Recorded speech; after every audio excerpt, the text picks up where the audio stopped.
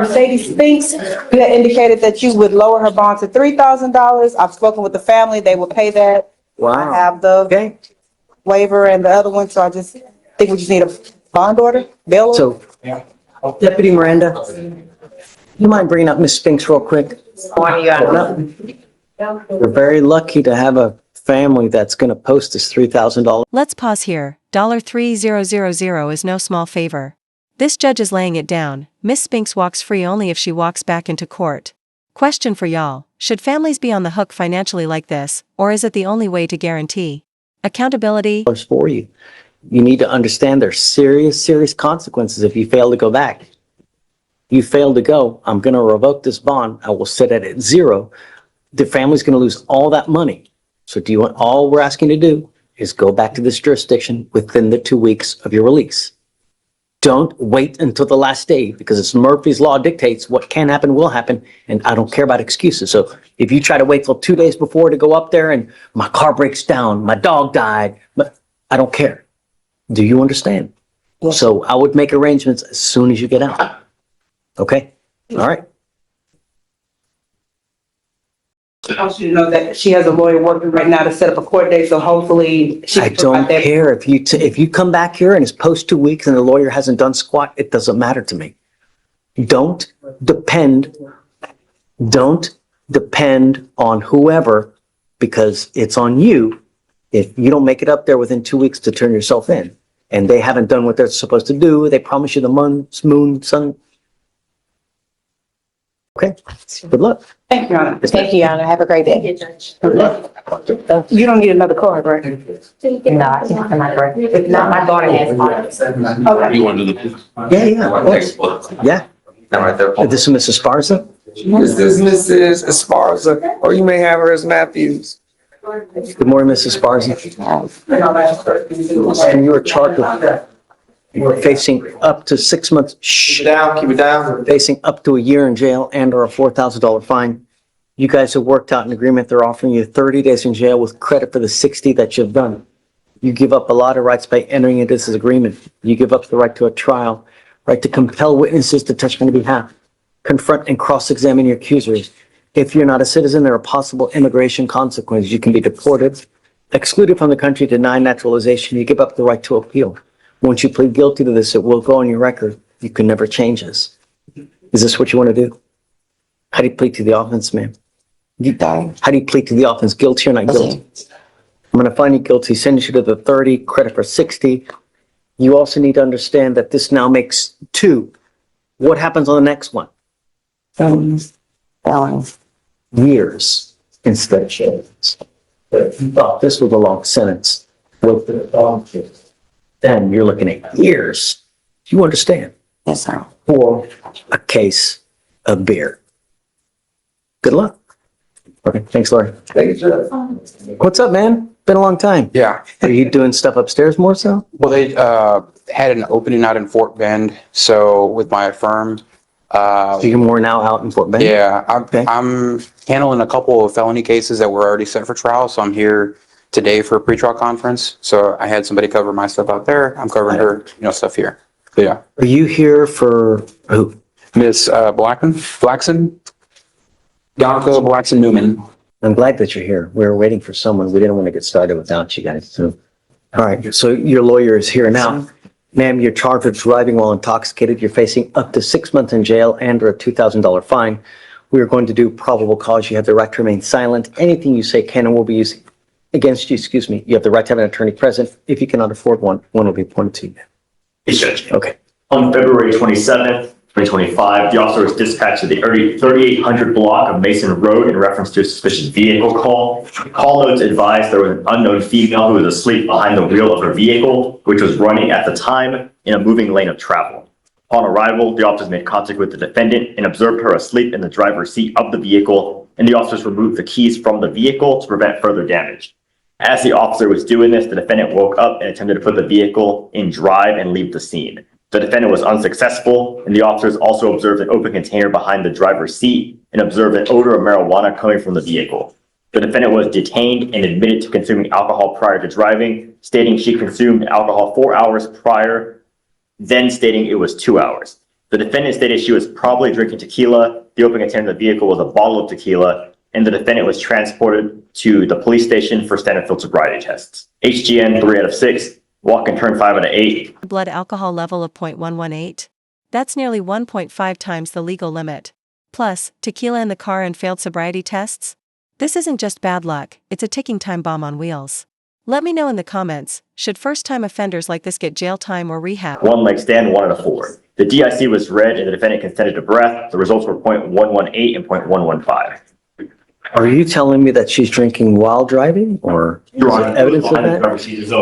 That would touch on any indication that. Okay.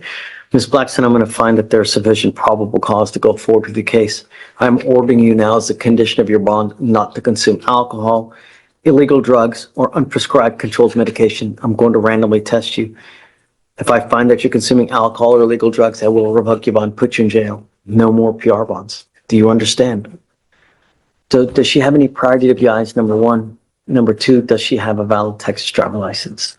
Alex, please. One moment, Your Honor. Her license is eligible and no priors. Got it. Okay.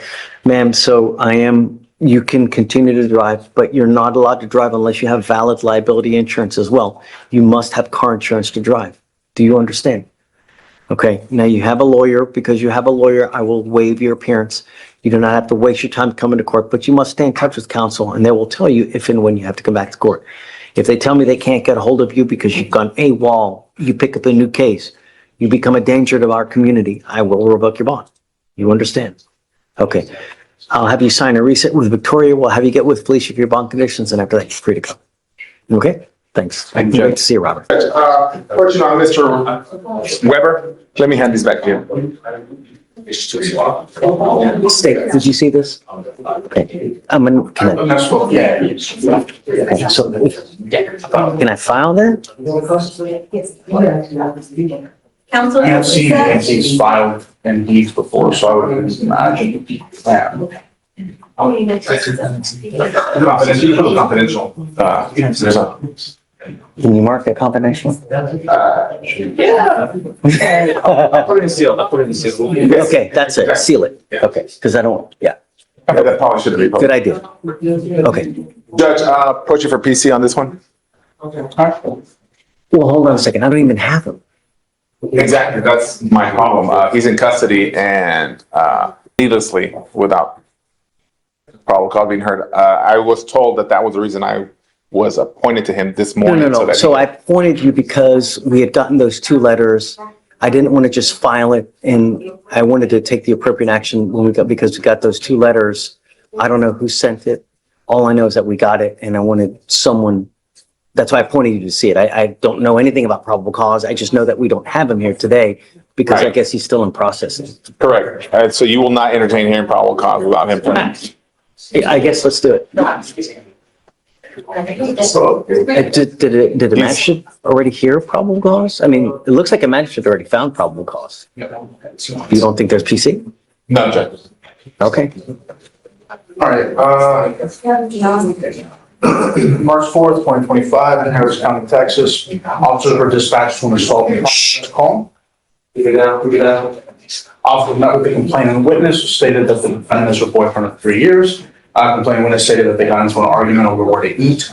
The complainant and defendant both denied that an assault had occurred. Officer then spoke with the witness, who stated that she observed the complainant in her vehicle. The defendant opened the front passenger door and punched the complainant 5 times with a closed fist. The witness stated that she then observed the complainant and the defendant get out of the vehicle, and the defendant punching the complainant several times with a closed fist.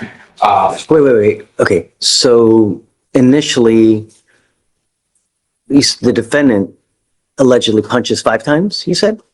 Or the witness? Or the witness observed the defendant punch. Okay. 5 times. The witness stated that she then observed the complainant and the defendant get out of the vehicle, and the defendant punched the complainant several times with a closed fist. Officer then spoke with. Abel. Judge. There's no PC? The CW says that no assault or terroristic threat happened. Okay, there were 2 officers. It's based on her feeling pain, and she's saying nothing happened, Judge. If she's saying that she wasn't threatened, she wasn't threatened. No, whether 20 people or 100 people see it. well, bodily injury can be inferred. You don't need somebody to say pain. You can infer bodily injury from conduct. So what about the terroristic threat? So the complainant at the end, the witness stated that, the defendant stated to the complainant, quote, "I'm gonna fuck you up." Again, if she doesn't take it as a threat, it's not a threat, Judge. We might think it is. And we can infer all we want, but that's not. I'll refer that one to the court. Say, okay, so it was it at the time that the alleged assault is occurring? He says, "I'm gonna fuck you up." And he allegedly follows through. I mean, I think there's enough for probable cause, you know, it's such a low standard, you know? Well, I don't agree. Let's agree to disagree. Oh, sure, and we can, right? But we have someone who's punched her 8 times in the head? You're telling me that's not gonna, Well, I mean, sometimes that behavior is, not that it's defensible, but it is permitted under the law, whether it's self-defense. I don't know, Judge. I don't know the whole facts of the case. I just have what the initial summary of the report is. I think that there's enough PC to Yes, sir. start, go forward. I'd ask that you grant him, based on what the CW wants that the case be dismissed and what she's saying from the get-go, that you grant him PR bonds on these 2 cases. I'm gonna be opposed, Judge. I don't think that the conduct here warrants any sort of PR bond. I think it's concerning that, you know, there's a complainant who was adamant that nothing occurred, and the 3 independent witnesses are saying that she got assaulted. Pretty consistent with each other. So let me read this to you. So let me read this to you because there's more. It says, motions for bond conditions, MOAP. Defendant assaulted and made a terroristic threat against a complaining witness, yada, yada, yada. Complaining witness denied same. However, there are numerous witnesses who heard the threats and saw the assault. Witness Kirby saw defendant swing at complaining witness 3 to 4 times and assault complaining witness. Witness Grantham saw defendant open passenger door to the car, punch complaining witness 5 times with a fist. Then complaining witness got out of the vehicle and defendant punched her 4 times in the stomach and in the shoulder. Complaining witness Sitpak saw defendant punch complaining witness 5 to 6 times with fists in the vehicle, 3 to 4 times more when she got out.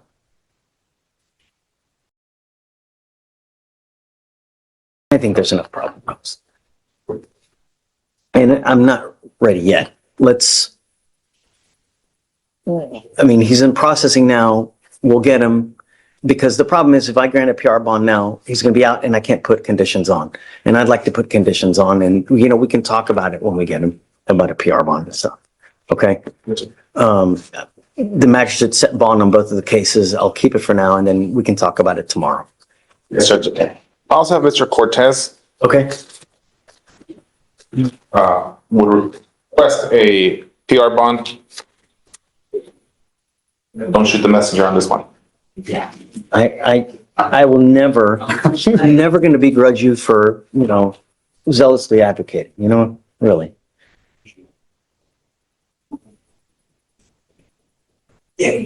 Let me bring him out here. Let me talk to them. Do you mind bringing Cortez out real quick, please?